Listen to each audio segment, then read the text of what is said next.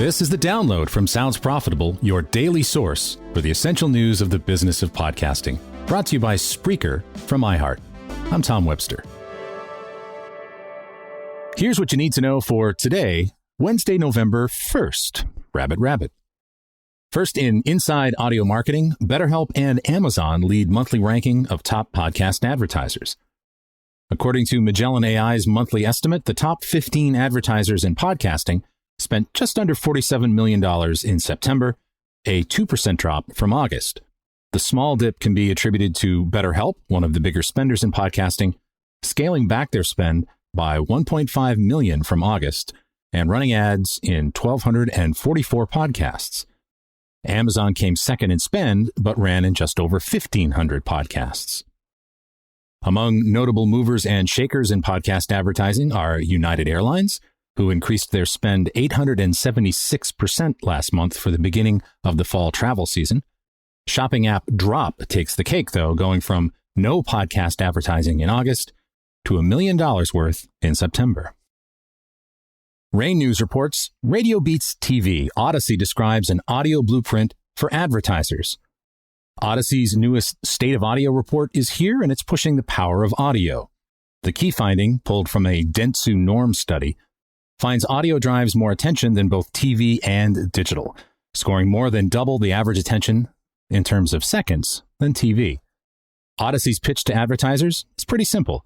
Audio advertising's reach and ability to grab audiences' attention make it a no-brainer when considering media mixes for future campaigns.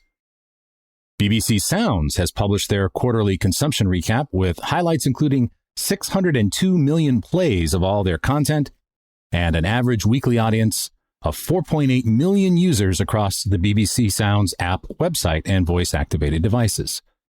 According to Pod News, on-demand radio and podcast plays within the BBC Sounds app are up 21% year over year at 226 million. Meanwhile, podcast downloads on the open feeds have fallen 22% year over year, also hitting 226 million in one of life's great coincidences. For the first time since BBC Sounds was launched, the app and open podcast numbers have met in the middle. Podcasting veterans will remember the app gold rush of the mid to late 2010s. I was just a boy then, when many podcast networks and individual shows would launch their own bespoke app. The health of BBC Sounds could be a sign that with the right curation and promotion, bespoke podcast apps are still viable. And Digiday reports how podcast networks use existing feeds to improve engagement and discoverability for new shows.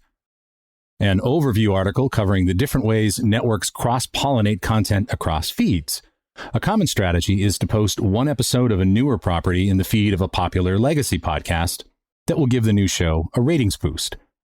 Some produce always-on complementary content specifically to boost the posting frequency of an existing feed, such as 2 complementary bi-weekly podcasts on the Getting Curious feed that doubles its weekly output. Spreading content around is not without controversy, though. Last year, the New York Times received backlash for converting former Times journalist Kara Swisher's Sway feed into a brand new show called Hard Fork.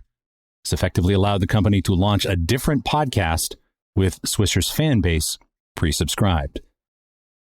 And for the rest of the news, AdvertiseCast has published their average cost per 1,000 impressions for a 60-second podcast ad in November, and Marketing Brew covers the various Halloweeny activities that advertisers got up to last month, and let this be the last time I ever say weenie on this podcast. Be sure to check out the links to every article mentioned right in your podcast listening app or at soundsprofitable.com, where you can also subscribe to the newsletter version. The Download is written and produced by Brian Barletta, Gavin Gaddis, and me. This episode is hosted on Art19. For Sounds Profitable, I'm Tom Webster. Download us again tomorrow.